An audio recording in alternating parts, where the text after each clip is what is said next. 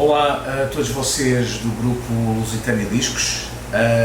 Aqui estou eu a responder ao desafio das perguntas que vocês fizeram. No final irei dizer quem é que ganhou a camiseta da Santarém Discos, as novas. Aproveito também esta ocasião para dizer que vou fazer 2 workshops ainda este ano em Portugal, com datas ainda a anunciar brevemente na página do Wild Discos from Amazon.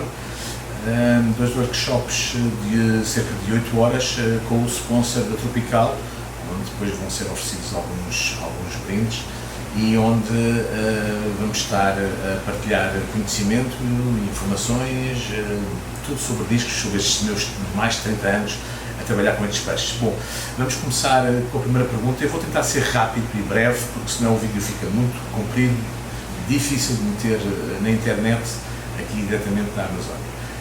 Vou começar pela pergunta do Tiago Rocha, que pergunta porquê manter Wild Discos e não mutações híbridos. Bom, Tiago, cada um é livre de manter aquilo que quiser, obviamente. Os Wild Discos, como tu podes imaginar e entender, deram origem a todas estas mutações. Os Wild Discos têm, quanto a mim, uma cor natural, uma cor que a mãe natureza lhes deu. Tem umas cores fabulosas. É um desafio maior manter Wild Discos, não pela dificuldade, porque são tão difíceis de manter como os discos híbridos, os domésticos, essas tais mutações, mas temos que entender que foram eles que deram origem a todos os outros, e hoje em dia na Ásia os Wild Discos são aqueles que eles tentam introduzir o sangue destes Wild Discos para os peixes manterem-se redondos e tamanhos acima dos 14 cm. Existe um grande problema neste momento na Ásia, que é as hormonas que são dadas aos discos, as mutações de discos, os tais discos domésticos, para atingirem tamanhos acima dos 14 cm, e todos os peixes muito grandes que vês são todos hormonados. Os Wild Discos, os que têm realmente uma genética que faz o peixe ser acima dos 16, 17, 18, 19 centímetros, são importantíssimos para essa mistura de sangues e para dar esse sangue aos discos, como tu chamas, as mutações, os híbridos. Essencialmente é isso, o manter. Que não mantenha realmente aquilo que quer. Realmente o desafio de manter um bocadinho da Amazónia dentro de um aquário é um desafio um pouco maior. Eu, para mim, pessoalmente, vejo cada vez mais os discos domésticos como galinhas de aviário, ou seja, há milhões de discos, dezenas de cores, e são produzidos em massa, e hoje em dia, como eu te falava agora, na Ásia, são hormonados para crescerem rapidamente e para atingirem tamanhos grandes. Acho que não faz muito sentido, mas é assim que funciona. Por isso eu acho que os Wild Discos são importantes de se continuar a ser comercializados dentro, obviamente, de algum consenso. Vamos para a segunda pergunta, que também é do Tiago Rocha. Como é que as populações locais são beneficiadas com a coleta de discos? Bom, Tiago, muitas pessoas não sabem, e são poucas aquelas que sabem, mas estas comunidades ribeirinhas que vivem ao longo da Amazónia, em lugares em que há discos, outros em que não existem, é uma das maiores fontes de rendimento destas comunidades. Isto posso-te explicar assim brevemente que existe a comunidade, existe o chefe da comunidade. Geralmente toda a negociação passa pelo chefe da comunidade e pelas pessoas que estão ao seu lado a administrar a comunidade. É pago um valor a essa comunidade e depois é pago aos pescadores dessa comunidade, que têm que ter carteiras assinadas de pescadores.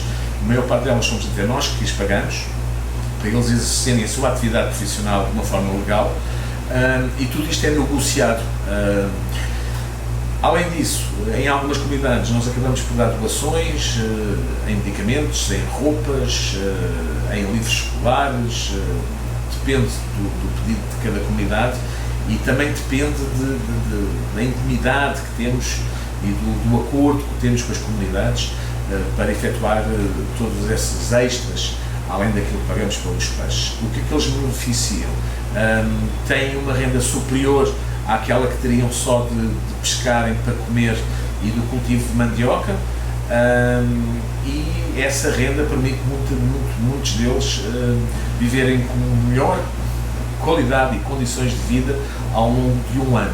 O que acontece muitas vezes, certas comunidades acabam por fechar.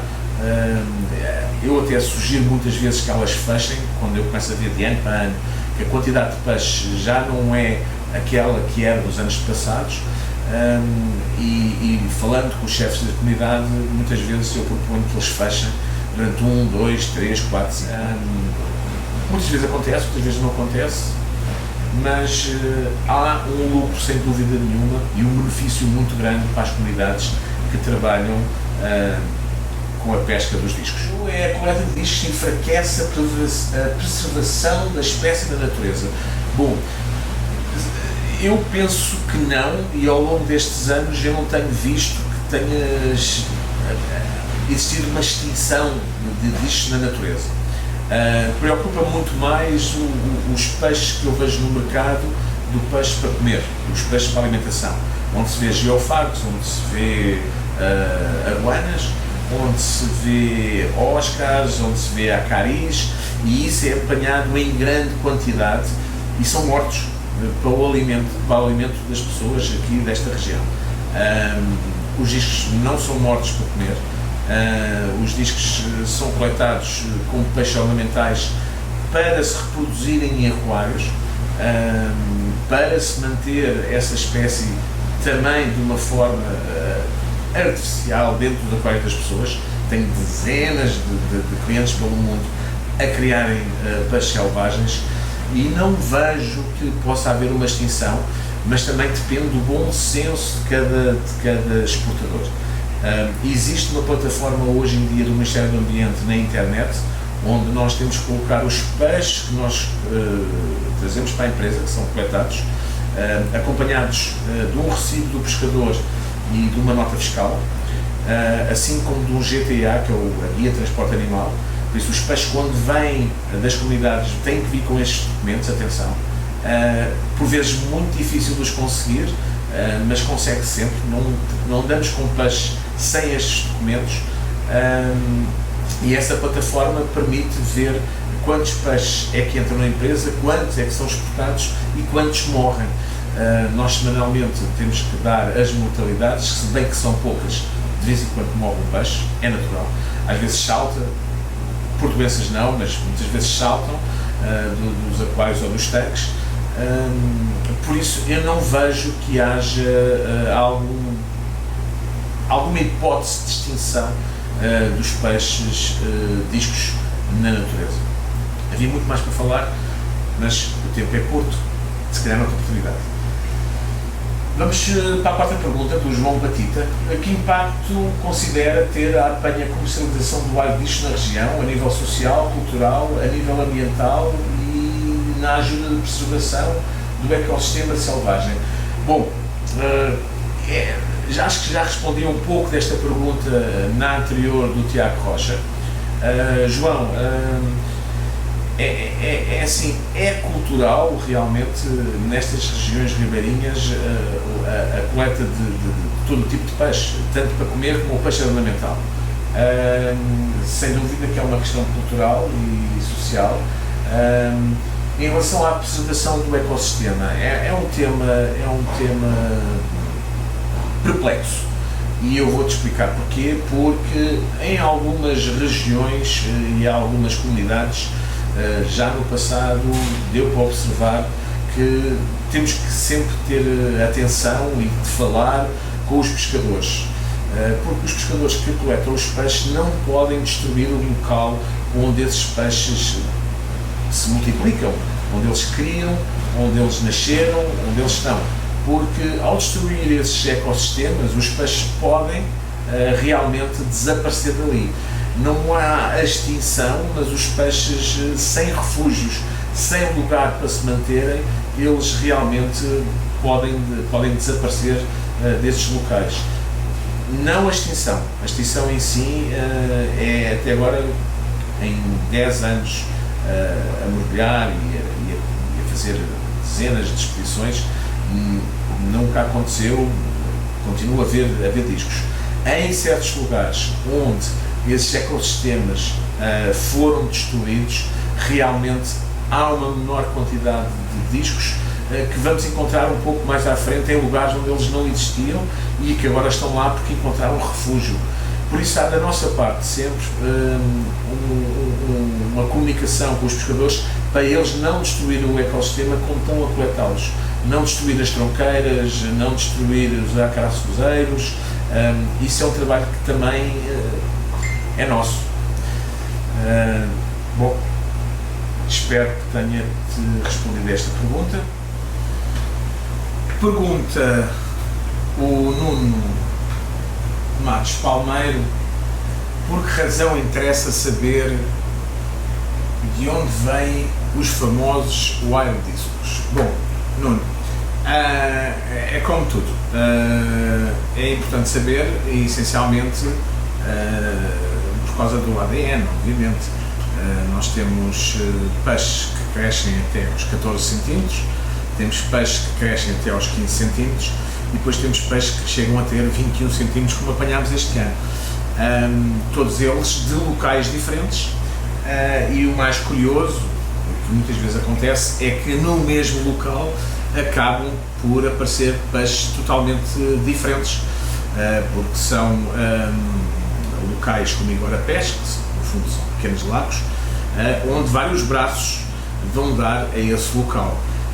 Quando a água começa a descer, os peixes começam-se a reunir e acabamos por encontrá-los todos juntos, uns roiais vermelhos, outros roiais azuis, uns icas, que são aqueles que têm conhecidos pela barra no meio, e todos eles se misturam, e quando a água sobe, novamente, eles se dividem, e quando chegam outra vez peixes mais diferentes do que do ano anterior. O objetivo de saber é um trabalho que nós fazemos, não há muitos que o fazem, porque geralmente são os pescadores que retiram os peixes, ou um grupo de pescadores, ou dois pescadores que retiram os peixes, como já aconteceu connosco no passado, retiravam e iam buscar peixes aqui, ali e ali e misturavam todos. E depois era muito difícil de nós tentarmos perceber onde é que os peixes vinham, porque tendo características semelhantes, por vezes confundem-se. Vou dar-te o exemplo: há peixes vermelhos, essencialmente por causa do camarão que comem, da região da Alenquer, do Cuipéua, mas temos muito perto peixes do Mangal, uma questão de poucos quilómetros, onde os peixes já têm características diferentes e não crescem tanto.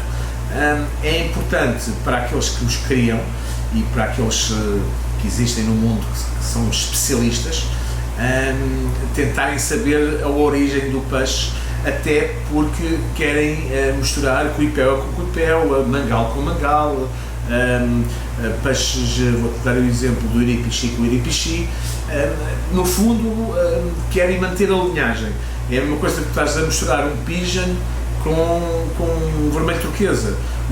No passado aconteceu eu o fazer e dar coisas que eu chamava de pessegadas, que eram coisas que eram peixes feios, que eram aqueles pigeons todos cheios de ferrugem, que eram misturas que não eram nem carne nem peixe, como eu costumo dizer. Pronto, nos discos selvagens acaba por acontecer a mesma coisa, e é por isso que os grandes criadores e os experts tentam saber qual é a origem do peixe, essencialmente para saber as suas características e para cruzá-los entre si e não misturar e fazer logo novas linhagens. É uma questão de ser puros na criação só de um tipo de peixe, como por exemplo os Cuipéua, ou como por exemplo os José Mudás, etc. Espero que tenha ido de encontro à tua dúvida. Bom, temos aqui mais uma pergunta, e esta vem do Mauro Almeida. Uma pergunta também extremamente interessante, e o Mauro Almeida, a questão dele é relativamente às doenças. Sempre que encontrarem uma nova doença ou tipo de parasita, esses vão para exame no laboratório para ser estudados e arranjar novas medicações. Será que me faço entender da maneira como estou a exprimir? Bom, Mauro, a tua pergunta é pertinente, mas tens que entender que, por exemplo, na Amazónia são poucos aqueles que sabem sobre doenças de peixe e existem poucos laboratórios e até mesmo a nível mundial eu posso dizer que muitas das doenças não são analisadas e, entre aspas, trabalhadas porque realmente isto é um mercado pequeno. Não é como os seres humanos, onde se faz investigação, onde se gasta milhões para descobrir a cura para algumas doenças. Estamos a falar de peixes ornamentais e a indústria da medicina para peixes ornamentais é uma coisa muito pequena e muito limitada. Nós fazemos, quando vem peixe de diferentes comunidades, nós, como está aqui atrás estes microscópios, nós fazemos uma procura e uma investigação de cada comunidade, que tipo de parasitas é que o peixe traz, e este foi um trabalho muito engraçado de fazer este ano. Descobrimos muita coisa e realmente chegámos a algumas conclusões que nos próximos anos ainda vão ser mais conclusivas. Isto, ano após ano, nós vamos melhorando o nosso conhecimento. E com a ajuda dos microscópios nós conseguimos descobrir que peixes vêm com parasitas de uma certa comunidade, de outra não vêm, enfim. Agora, em relação às doenças, nós habitualmente o que é que nós fazemos? Nós estamos ainda a trabalhar em parceria com a Manaus Aquário, que foram eles que nos arranjaram estes microscópios extremamente profissionais e caros, mas fundamentais para o nosso trabalho. E quando nós descobrimos algum parasita, algum flagelado, alguma coisa que nós não conseguimos identificar, e o nosso biólogo não consegue identificar nem por livros, nem alguém que possa ajudar da faculdade dele, professores, nós mandamos para a Manaus Aquário. Aliás, mandamos muitos ficheiros para a Manaus Aquário para tentar identificar alguns parasitas e algo que apareça no microscópio, e geralmente somos ajudados por eles. Agora, certas doenças, é um trabalho de muito tempo, de muita investigação e de muitos custos. Inclusive a Manaus Aquário, que é das poucas que está a trabalhar nesse sentido, na procura de identificar doenças e de as resolver com medicamentos deles. E por isso, como te disse no início, isto é um mercado muito pequeno e que para este tipo de investigação envolve muitos milhares de euros ou de dólares e não se faz.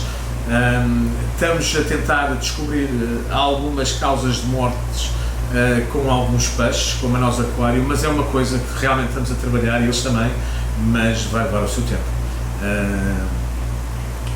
Penso que respondi à tua questão. Vamos aqui a mais uma pergunta do João Patita, extremamente interessante. Quais os pontos-chave para ter sucesso com os wild-discos? E se é a favor da desparasitação preventiva?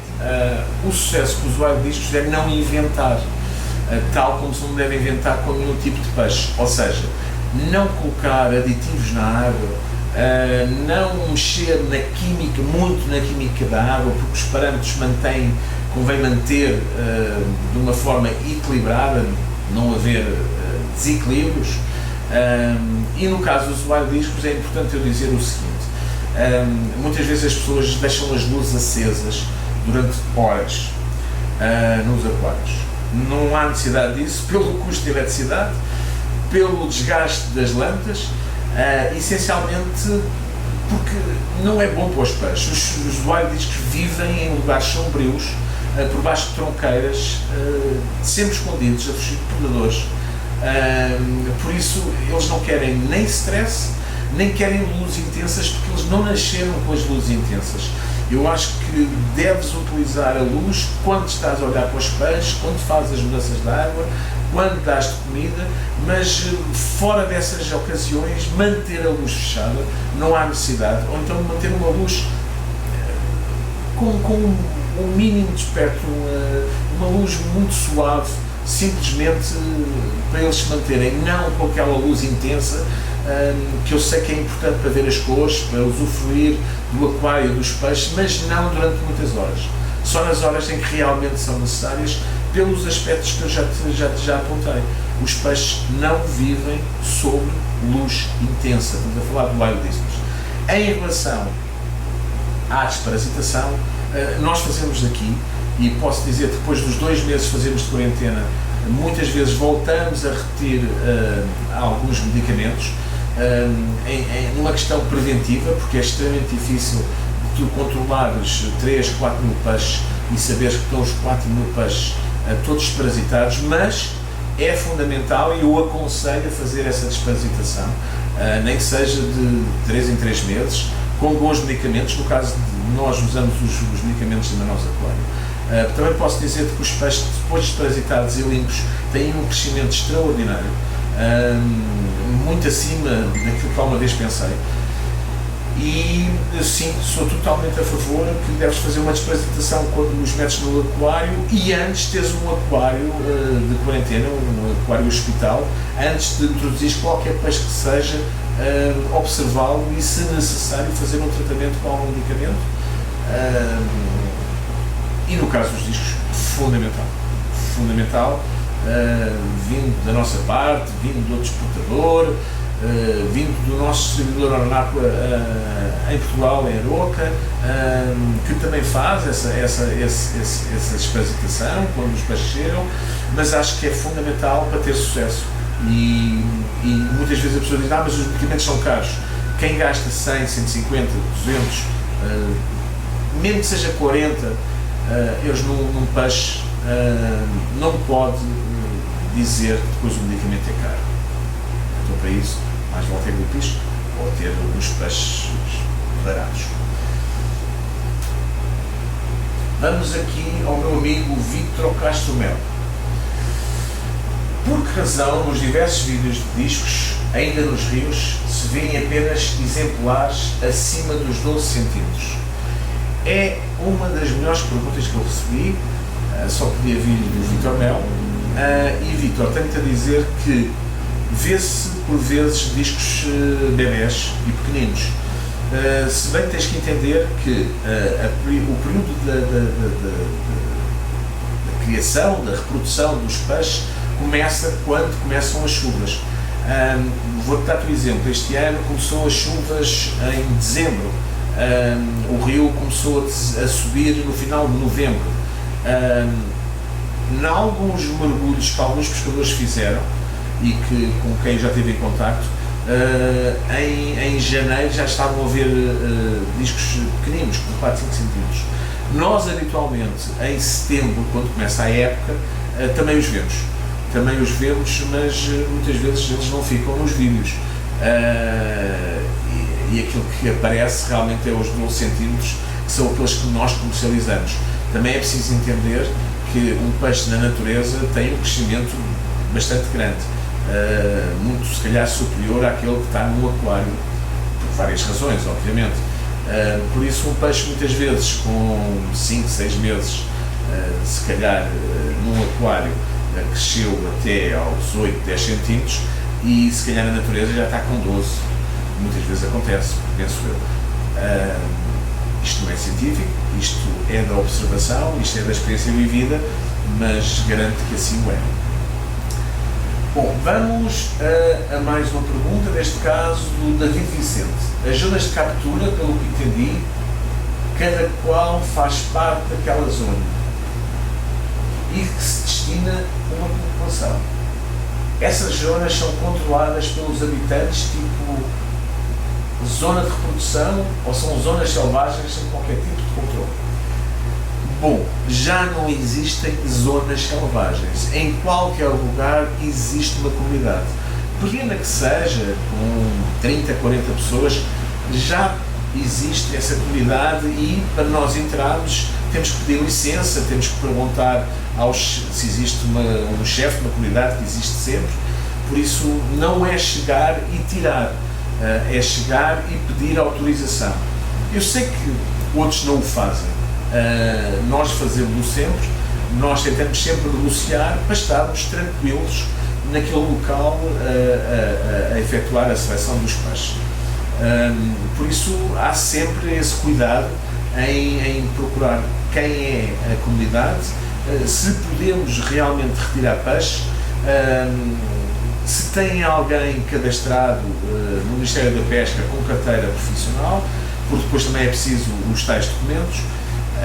Quando não existe, também já aconteceu, nós levamos os nossos próprios pescadores e num acordo com a comunidade o pescador ganha uma parte e a comunidade ganha outra, e é assim que funciona.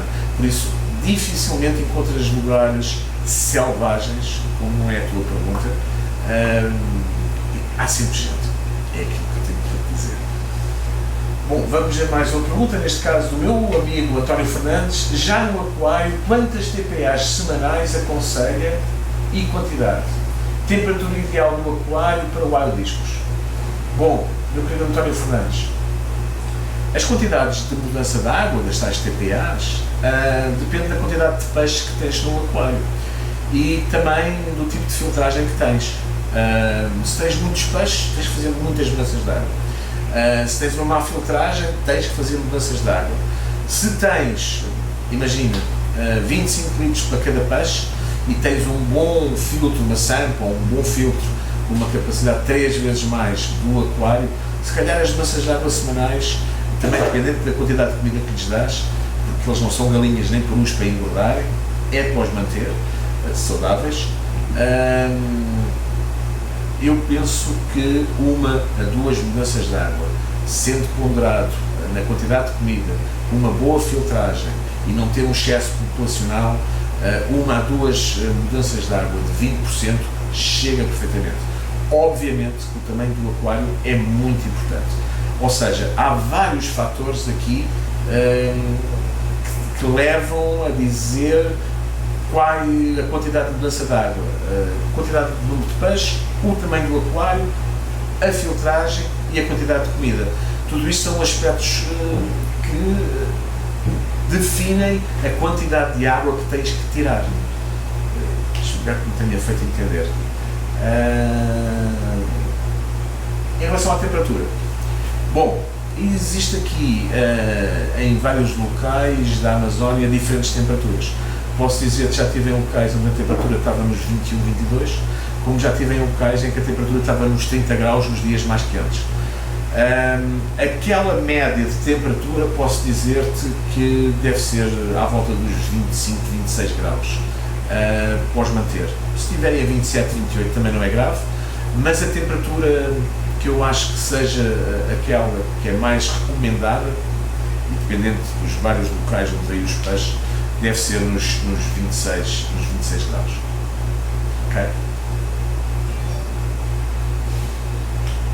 Nuno Matos Palmeiro, vamos ver mais uma pergunta.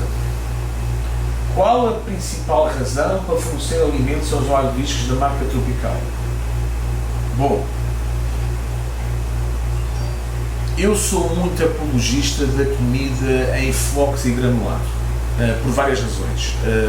A Tropical, além de ser meu sponsor, eu conheci a fábrica, vi com que tipo de alimentos é feito dos flocos e os granulados. São alimentos de primeira qualidade, são realmente coisas extraordinárias em termos de qualidade que eles fazem o granulado e os flocos. Para teres uma ideia, para entrar na fábrica tive que ser quase todo desinfetado. Os cuidados são enormes para não haver bactérias, não haver problemas com a comida, e é como a ração para os cães, é uma comida equilibrada, é uma comida que tem os ingredientes necessários aos peixes.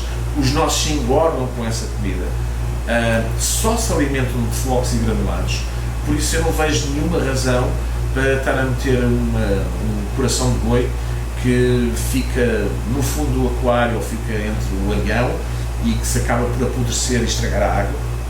Não vejo necessidade de estar a dar outro tipo de alimentos, se bem que de vez em quando um pouco de larva de mosquitos é como uma sobremesa. Nós não almoçamos todos os dias pudim, assim como os discos não devem comer todos os dias larvas de mosquito.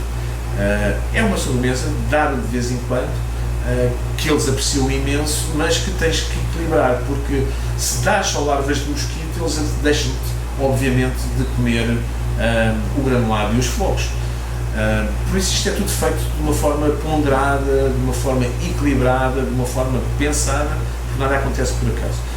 A comida tropical, de todas aquelas que eu experimentei ao longo destes mais de 30 anos, é aquela que me dá melhor feedback. Os peixes estão saudáveis, não me estraguem demasiado a água, a não ser que eu ponha excessos de comida, como qualquer outra comida.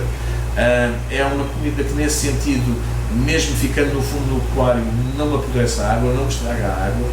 Os peixes têm uma adaptação muito boa a esta nova comida, e repare, estamos a falar do Wild Discos. Nós começamos a alimentá-los na selva, dentro das caixas onde eles estão parados. Começamos a alimentá-los com granulado, e muitas vezes quando chegam à empresa já o estão a comer, por isso é muito rápida a adaptação a uma nova comida. É uma comida extremamente equilibrada e com um grau de qualidade muito grande, e é por essa razão que eu lutei para ter este patrocínio e para ter a base de alimentação, os flocos e granulas da Tropical. Nas especificações de cada embalagem podes realmente ver de que eles são feitos. No fundo é como uma ração para gato ou para cão, é uma ração equilibrada. Não sou apologista realmente de coração de boi, nem daquelas papas que existem, muitas delas nem sabemos se têm hormonas lá misturadas, que não são nenhuma aos peixes. Por isso eu pessoalmente só uso tropical, granulado e em flocos, e recomendo toda a gente a fazer o mesmo. Okay? O Bejus, já tiveram noção de algumas alterações desde a fauna à flora devido ao aquecimento global na Amazónia? Meu querido Hugo, sem dúvida nenhuma que é uma das perguntas mais pertinentes e que eu mais vou ter prazer em responder-te, porque poucas pessoas têm a noção das diferenças climatéricas que têm surgido, pelo menos que eu tenha sentido em 10 anos nesta empresa e em 12 na Amazónia. Sim, tem acontecido várias mudanças climatéricas. Para te teres uma noção, este ano, na época, o rio começou a descer no final de outubro e começou a descer e começou a subir em finais de novembro. Ou seja, habitualmente começa no passado assim o era, começa no final de agosto, já consegue-se coletar peixe, o rio começa a descer mais ou menos em finais de maio, princípio de junho, e tudo isso mudou. Ou seja, chove em alturas que não é para chover, não acontecia no passado, havia estações, o crescimento da água, quando o rio começa a encher, tem-se alterado completamente de ano para ano. Eu penso e chego à conclusão que essas mudanças climatéricas têm sentido bastante aqui na Amazónia, e essencialmente devido à subida e descida dos rios. Isto com a experiência vivida, assim como as chuvas, assim como a temperatura. Este ano posso dizer que não teve temperaturas muito elevadas na Amazónia, temperaturas mais ou menos amenas. Houve temperaturas, habitualmente nos outros anos tinha temperaturas de 40, 42 graus, às vezes até mais.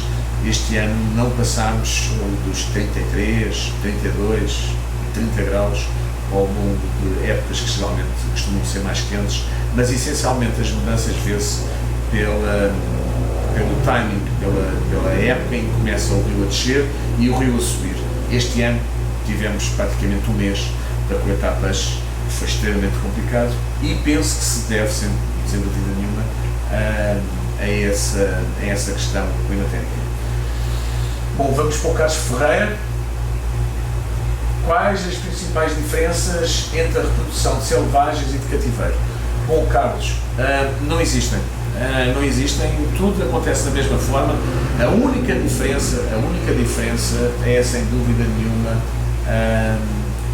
o tempo que leva os peixes selvagens a criar e o tempo que os híbridos levam. Os híbridos são muito mais rápidos, nasceram em cativeiro, é muito mais rápido de começarem a reproduzir, estão muito mais habituados às águas, as águas da torneira, Os discos selvagens levam muito mais tempo, mas acaba por ser tudo igual.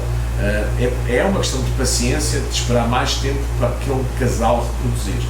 Também sabemos que é assim, teoricamente muitas pessoas dizem que sabem o que é macho e fêmea. Eu, pessoalmente, a minha experiência como criador no passado, só quando eles põem ovos e nascem os ovinhos é que eu sei que é um casal. Para formar um casal é bom ter pelo menos aí 10 peixes num aquário, no mínimo, para se conseguir formar um casal, e realmente nos discos selvagens leva muito mais tempo. É por essa razão é que não são muitos que criam discos selvagens e discos domésticos híbridos, as tais mutações.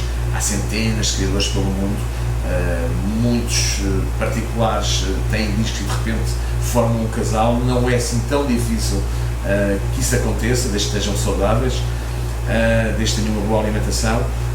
Nos discos selvagens é mais complicado, leva muito uma questão de paciência, mas como eu tenho partilhado algumas fotografias e algumas imagens, praticamente em todo o mundo isso está a acontecer. Vamos então para a última questão, a questão que é colocada pelo Leito.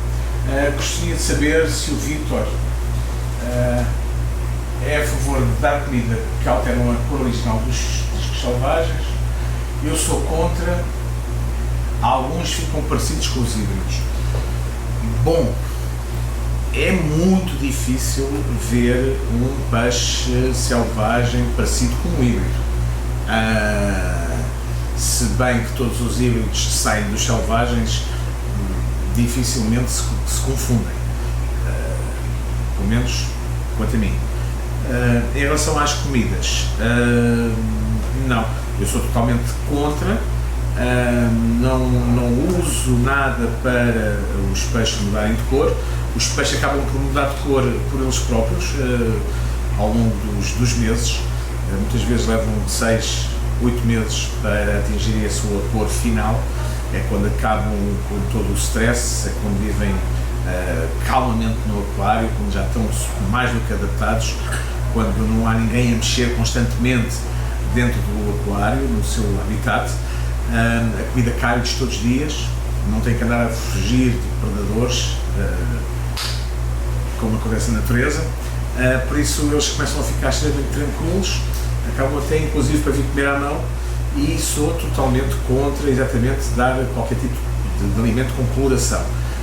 Dentro dos alimentos de tropical existe que é o Asta Color, que também utilizamos, porque nós acabamos por misturar todos os alimentos, e o Asta Color dá uma ligeira cor vermelha aos peixes, mas nada que os modifique de forma a ficarem, como dizes, como os peixes híbridos. Não sei se há casos de pessoas que o fazem e que realmente mudaram tanto assim a cor. Eu não tenho conhecimento, nós não o fazemos. O que poderá eventualmente melhorar a cor dos peixes é se eles estiverem com uma água ligeiramente mais ácida do que é habitual. Por exemplo, sei que em Portugal e muitos lugares da Europa o pH da água anda em valores de 7 e 7,5, e isso realmente não conseguimos usufruir tanto da cor que os peixes têm-nos para dar. Eu sou muito apologista de utilizar um bocado de turfa na água quando ela tem esses pHs acima de 7. Os peixes toleram, vivem, crescem com pHs até 7,5. Em termos de cor, realmente elas são mais fantásticas, extraordinárias, mais bonitas quando têm um pH entre os 6,8, podemos ir um bocadinho mais cá abaixo, 6,5, mas não, comida com colorante também sou totalmente contra como tu. Bom, para terminar, que já está cumprido este vídeo, como já estava à espera, o vencedor é o Hugo Jesus, com a pergunta sobre as mudanças climatéricas, e antes da prova de França, que vai acontecer no dia 30 e 31, a camiseta será enviada para ti, depois vou pedir a tua morada, e foi considerada sem dúvida a melhor questão, se bem que todas as outras foram fantásticas, e durante os workshops que eu vou fazer, algum de vocês estiver presente, algum de vocês que fez estas perguntas, vou ter também lá uma camiseta para vocês. pessoal da Amazónia, um grande abraço e até breve.